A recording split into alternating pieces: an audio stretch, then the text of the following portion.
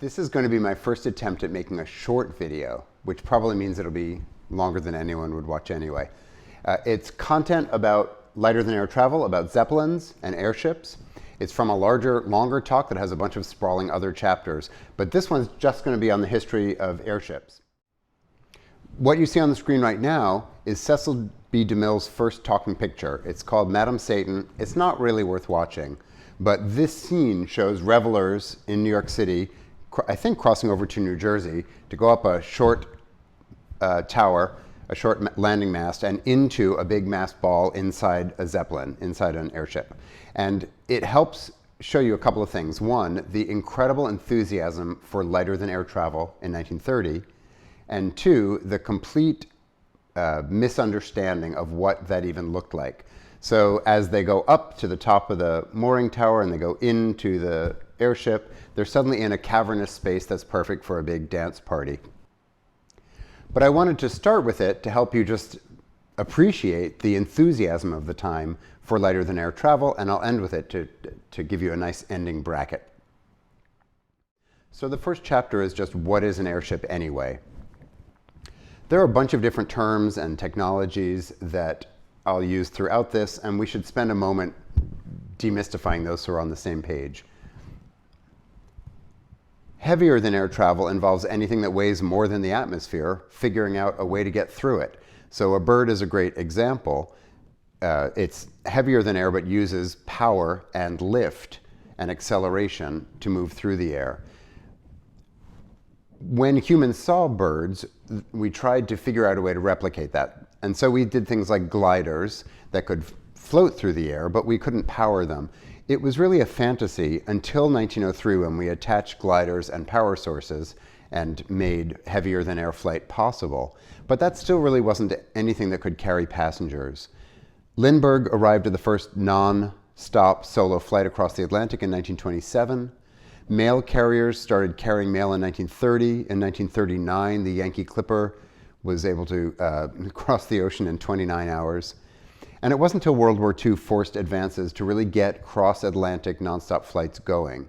So after the war, we transferred our affections to heavier than air travel and passenger flights. But until the 1950s, when that was possible, lighter than air travel was a far more imaginable and feasible way, and an even more reliable way, to move through the air than heavier than air flight was. Lighter than air travel is a really old story. We figured it out a long time ago. On September 19, 1783, at Versailles in France, the Montgolfiers brothers flew the first passengers in a basket suspended below a hot air balloon. And those passengers were a sheep, a rooster, and a duck. It's interesting to note that every time we have experimental flight, we strap an animal to it and send them out. Send a dog, send a monkey, send a sheep. At any rate, this was a fabric and paper bag. The Montgolfier brothers owned a paper manufacturing company, so they had enough paper to make this thing. And the flight lasted for 8 minutes. Louis XVI, Marie Antoinette, and 130,000 other people watched this, and the balloon flew for nearly 2 miles before returning the occupants safely to Earth. I don't know what happened to the sheep, rooster, and duck after that. I hope they became famous. In 1783, realizing that hydrogen was lighter than air, Jacques-André César Charles, lots of names, made the first balloon using hydrogen gas. And in August of 1783, that balloon ascended to a height of nearly 3,000 feet. When it landed 13 miles away outside of Paris, it was attacked by the terrified locals. You can imagine it must have been a remarkable, terrifying experience to have this thing descend from the heavens and land. And then on December 1st, Charles constructed the first manned hydrogen balloon flight. It left from the Champ de Mars in Paris, and it landed 36 kilometers away about 2 hours later. It's also important to realize that there was no place you could just go buy hydrogen. So in order to make this work, they poured sulfuric acid on scrap iron and produced hydrogen from that chemical reaction. On the picture on the left, you can see the balloon taking off, but what would have been on the ground below that would be a huge mound of smoking iron. The French realized that going up and coming down randomly wasn't the ideal solution. You needed a way to steer these devices. So they elongated the shape added a power source, a foot pedal, a propeller, a fan blade of some kind, and made them steerable. And that's where the word dirigible comes in. Diriger in French is to steer. In 1852, Henri Griffard built an airship powered by a 400-pound, 3-horsepower steam engine. So there was a steam engine lifted aloft in an effort to move these things around. And relatively quickly, it became something that was manageable. Control became the challenge. How do you steer them? How do you lift? How do you take off? How do you land? In 1884, La France was powered by electricity and traveled almost 5 miles and made a full round trip back to its starting point.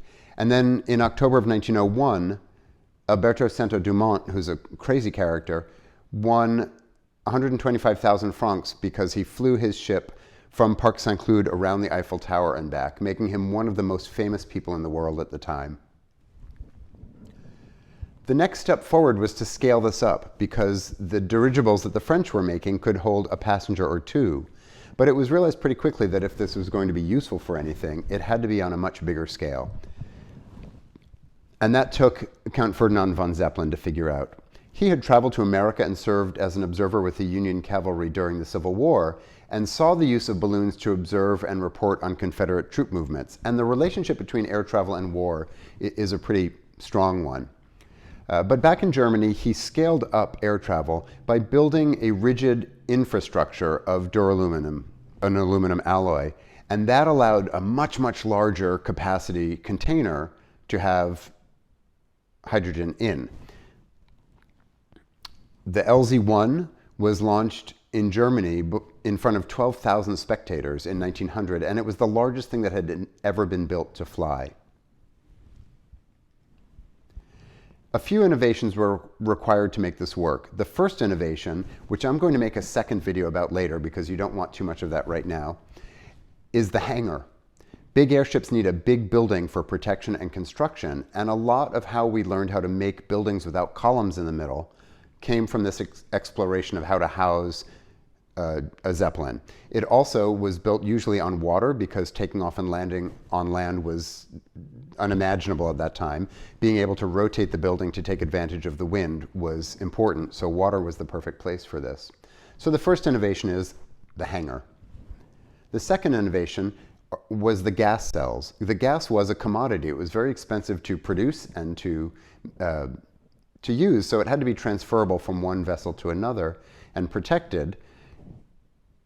So this system of gold beater skin, which is laminated cow intestines, was used to create sacks inside the rigid structure to hold the gas. I love the idea that it's laminated cow intestine and it has the beautiful term of gold beater skin.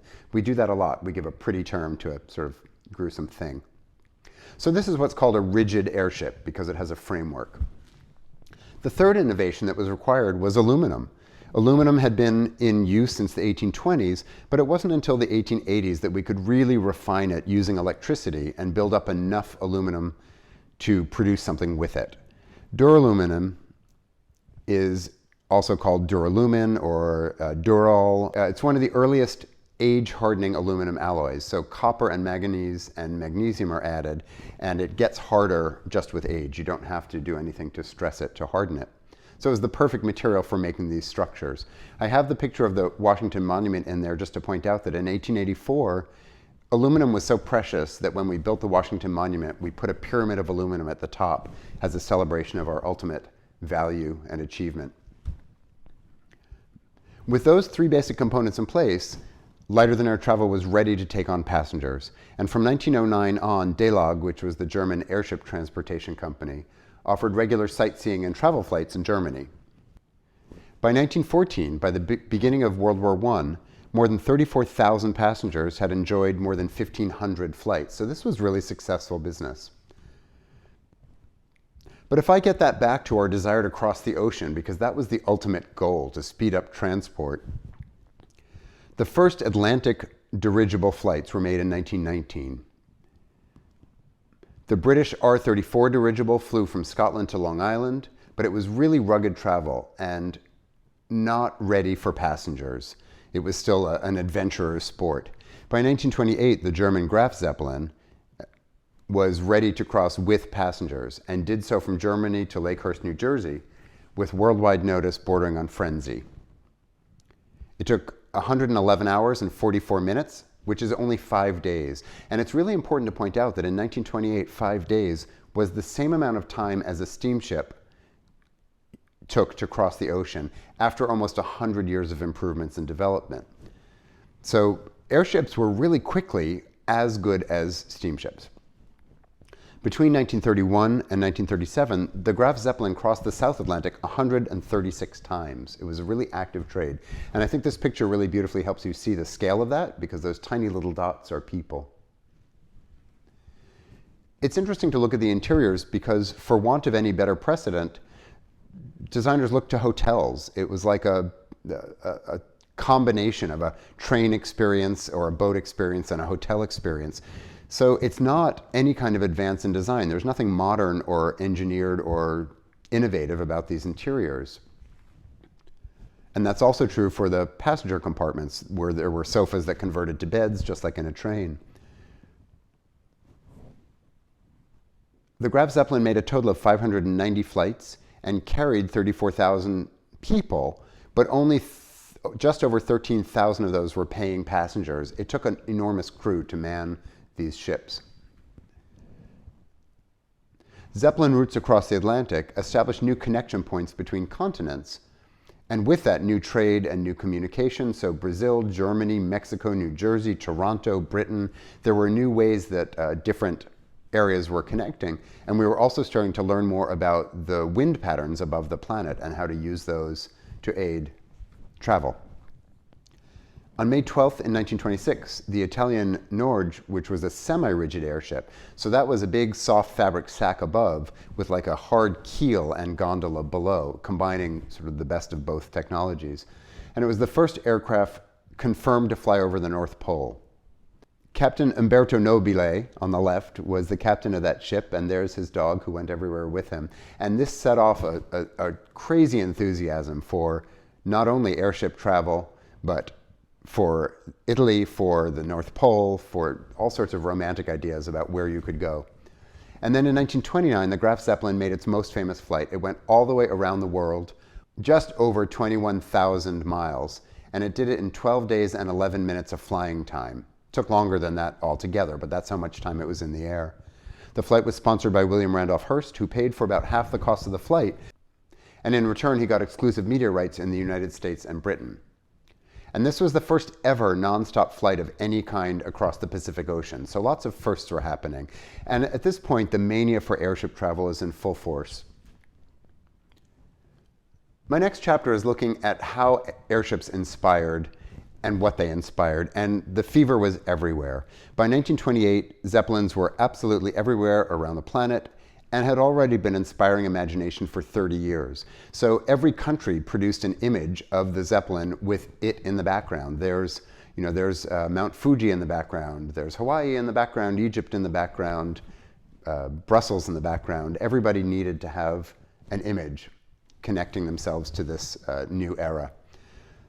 And every country with an airship used a stamp to promote it, and every country that didn't have an airship used a stamp to promote it anyway. There's a really strong connection between postage and airships, because that's one of the things that paid for all of this lighter than air travel. Airships were able to carry tons and tons of mail, creating long-distance airmail service. Before that, airmail was broken into many short airplane flights with multiple connections and was very expensive. When the Graf Zeppelin returned to the United States for the Chicago World's Fair in 1933, there was a commemorative stamp. That's the one at the top on the left. And the stamp profits were shared with Germany for that. That was already the fourth Zeppelin stamp made in the United States. One of the things people wanted was for their stamps to be canceled on the airship. They were sent up in the air, and there were actual postage cancellation stamps used en route, and you had to pay more for that. But then you'd get a piece of mail that showed the passage to you on the Zeppelin. And there are tourist postcards for every single city you could find that, whether it happened or not, have an image of the Zeppelin and the skyscraper in the background, or the skyline in the background. Zeppelins were used to advertise products that were related to lighter than air travel, but sometimes totally unrelated. So canned meat that was actually used on the Italian voyage, that makes sense to promote that in your ad. If you were Rolls-Royce who produced some of the motors used for lighter than air travel, you might include one in your advertisement.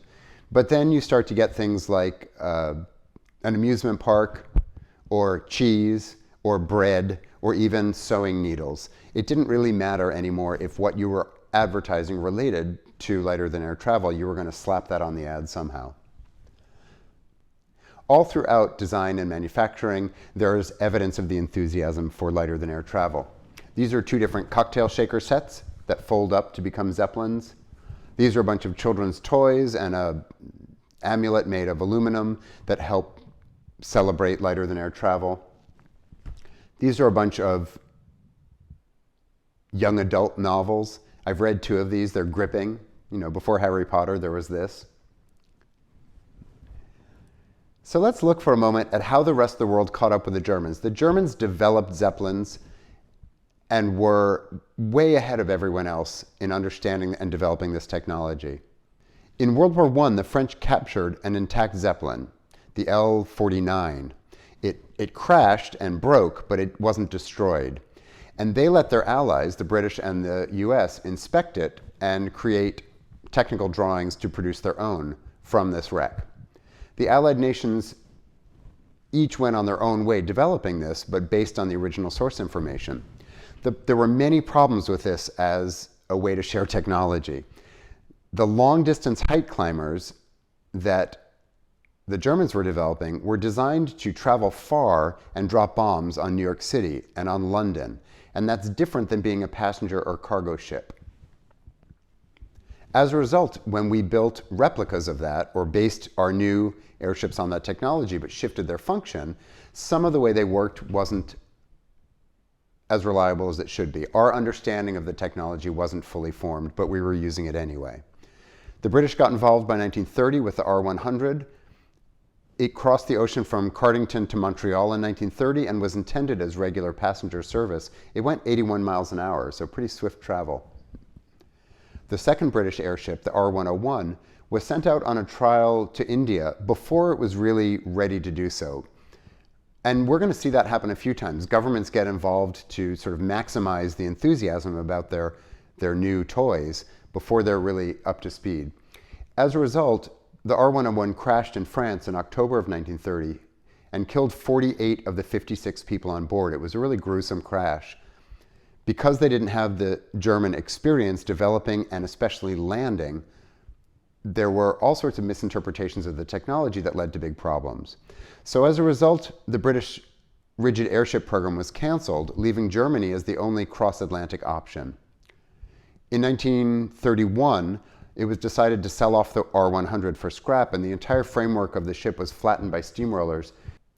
The US was at it too, by building the Shenandoah, based on those same 1917 plans, which went into service in 1923. And Shenandoah is a Native American term meaning daughter of the stars, which is a beautiful name for an airship.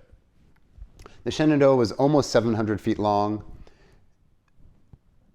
This is an image of it moored to the USS Patoka.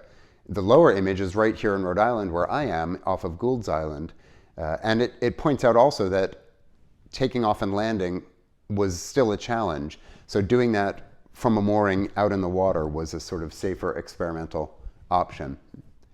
The next ship used in America was the USS Los Angeles, which was not built here. It was delivered from Germany as part of a war reparation deal. So it had been started in 1919, and that kept the Zeppelin factory in operation after World War I, but it produced a ship that was used in America. And it was delivered to America full of hydrogen, which is what the Germans used, but we intended to replace that with helium. There was not enough helium anywhere else in the world for other countries to use helium in their ships. We had most of the reserves in Texas, Utah, and Colorado, so we saved them for our own ships. And even we didn't have enough helium for both of the ships we now had. So it was decided that the two dirigibles would share the same helium on alternate flights. It takes about 2 to 3 million cubic feet of gas for one ship. which cost about $300,000 even in that time. That's about $4 million today. And as happened with England, the American Navy bowed to political pressure to send the Shenandoah out on tours of the Midwestern state fairs right in the middle of thunderstorm season. So we lost the Shenandoah in 1925 when a line squall took her down. 14 people died, 29 people survived, and this is an aerial image of the crash where again you can see the immense scale of this ship with all the tiny people around it. The Los Angeles lasted for 331 flights and was active for 7 years. Its final commissioned flight was in June of 1932, but it was then used intermittently until 1939 when it was finally dismantled. The next round of airships in the United States advanced things a bit. The Civil War observation balloons had set a precedent for lighter-than-air travel being a good war tool. And right after World War I, when we started making our own airships, it was a natural inclination to try and refocus the effort on war preparation. This is an image of the Macon, interior of the gondola, where I hope you can appreciate how incredibly modern this is. This is not design, this is engineering. And it helps explain how in the 1930s we were starting to tip into an understanding of the relationship between engineering and design, and how modernity could come out of understanding materials and manufacturing techniques and using that as a decorative tool when we started to actually design things aesthetically. There were some military innovations introduced here.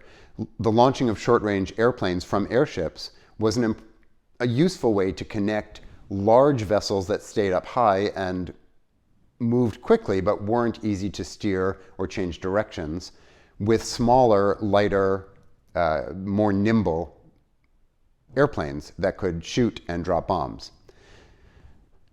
It's important to remember that air travel is independent of topography. You can go across an ocean, you can go across a continent, you can fly over areas. Land vehicles have to stop when they reach a transition point between water or land and have to be docked or transported. This feature was part of both the Macon and the follow-up ship, the Akron. These ships really inspired American patriotism and pride. The Akron flew over the inauguration of President Roosevelt in 1933, and many commemorative images were produced with these ships in the foreground or above and something important in the background. In April of 1933, the Akron crashed over the Atlantic off of New Jersey. Only 3 people out of 76 survived. Everyone else died in the ocean from exposure to the cold water. There were no life jackets on this ship because it hadn't occurred to anybody that that extra weight would be justified in the unlikely event of an air landing. What do they say in airplanes? In the unlikely event of a water landing. This was the most deadly airship crash ever. So when you think about airships crashing, which essentially they all did, you don't think about the Akron, and yet it was the most deadly. The Macon also crashed in a storm off the coast of California in 1935 when the upper vertical fin fell off or came apart. In this case, though, all but 2 of the 83 officers and men were rescued because this time there were life jackets. We wind up inevitably at the ultimate passenger airship. Its promise and success have been totally eclipsed by its pretty disastrous end. But the Hindenburg was wildly successful, and we don't bother to remember that. It had 63 flights in 1936 alone. 17 of those were round trips across the Atlantic to the US and to Brazil. It set record Atlantic double crossing time in 5 days, 19 hours, and 51 minutes, almost twice as fast as we had ever been able to do that before.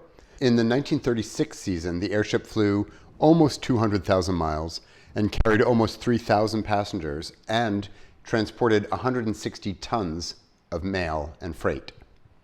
In 1937, it completed 7 more flights, and it was immense. This is a picture of the interior structural frame during construction. I don't think there's a person in this picture. There is in the next one, but it gives you a sense of how huge it was, how big the building it's constructed in is, but also just how hauntingly beautiful. This picture has a person at the bottom, but super in the foreground, so it's not so good for scale, but you can see how big it is in the image on the top. The Hindenburg was 803 feet long, 135 feet across. It held over 7 million cubic feet of gas. It took a crew of 52, and it had 50 sleeping berths in 1936, which was increased to 72 sleeping berths in 1937 by removing one of the lounges. And the image on top shows it compared to a Boeing 747, which is a measly little 250 feet long. I think there's a lot of confusion, as you saw in the Madam Satan movie in the beginning, about what's going on inside these pod shapes. So here's where people actually were in this thing. There is a cabin set up inside the underbelly of the ship that contains all of the passenger area, and then there's a gondola in front that contains the steering device. There's a little teeny fly buzzing around my face.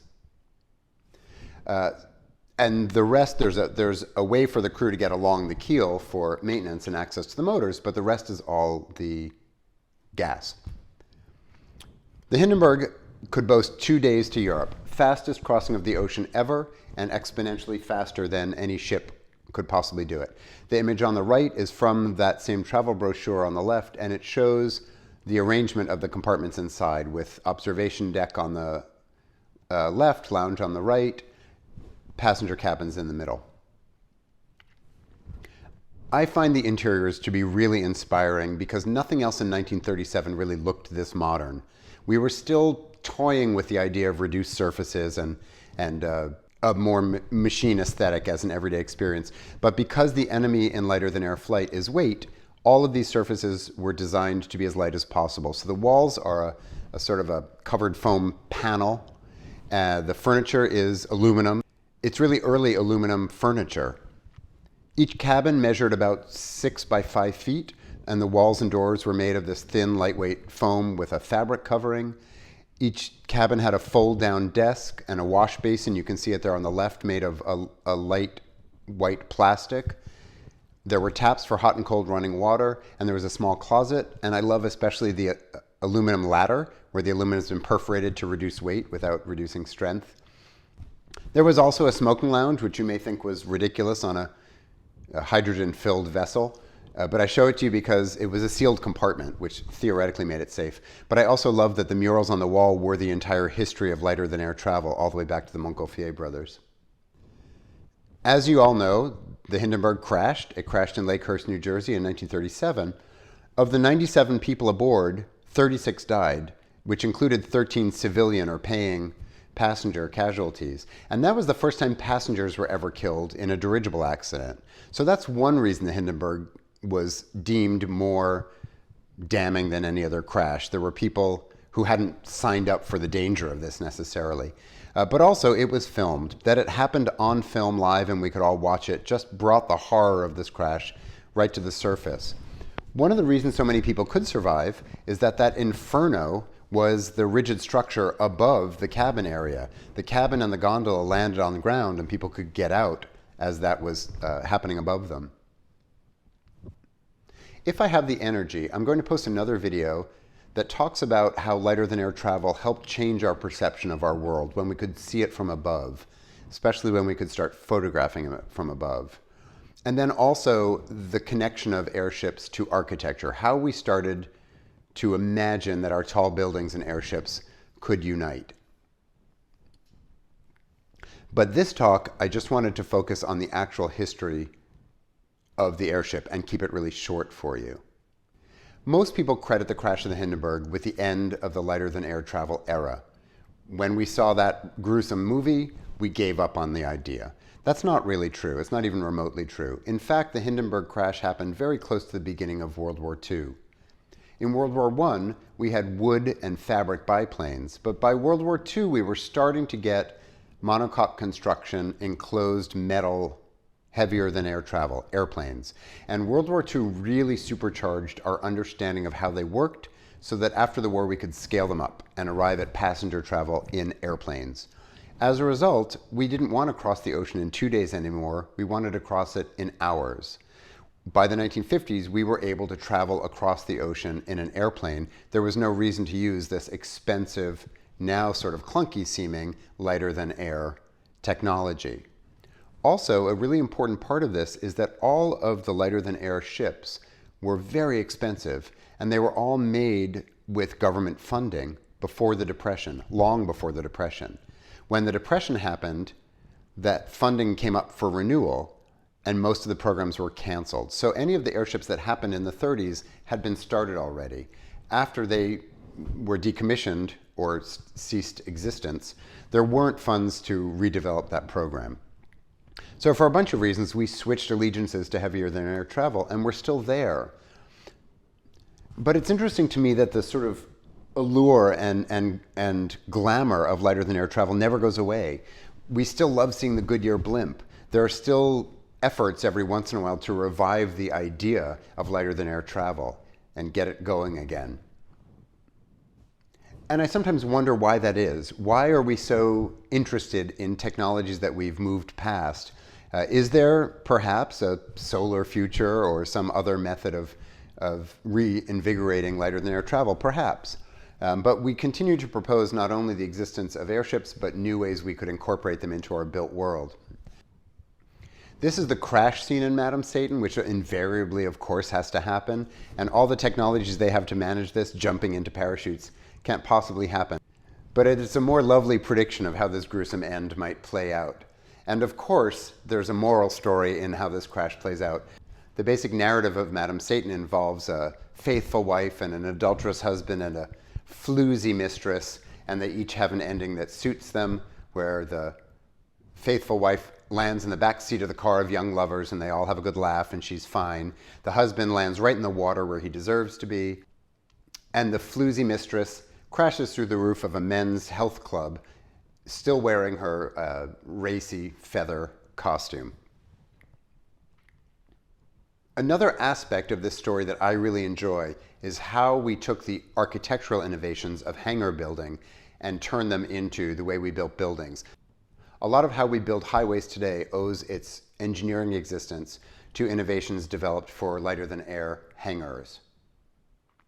So if you're interested, I'll try and get that video up as well. Stay tuned for that. But this was meant to just be a brief overview of the history of lighter than air travel to tie into the Art Deco lecture for my History of Industrial Design class, but hopefully to exist independently for anyone who's interested. Thanks for watching. Now, how do you turn this thing off?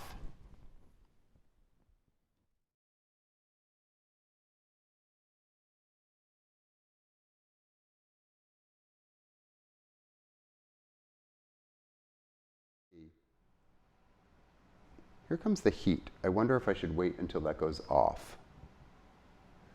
I'm going to take a little break while the heat goes. You just keep doing what you're doing. I'm going to get some peanuts. Gonna have some peanuts.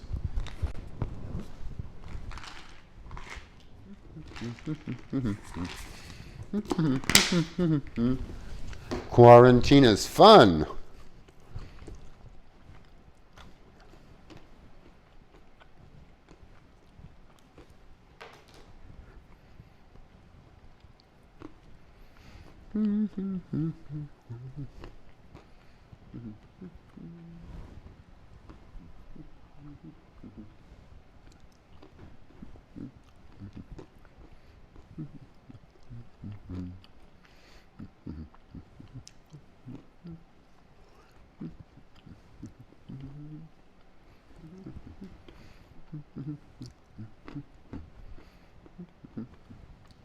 Come on, warm up already.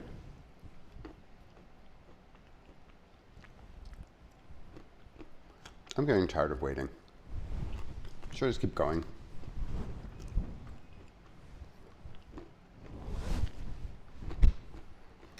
All right, let's just keep going.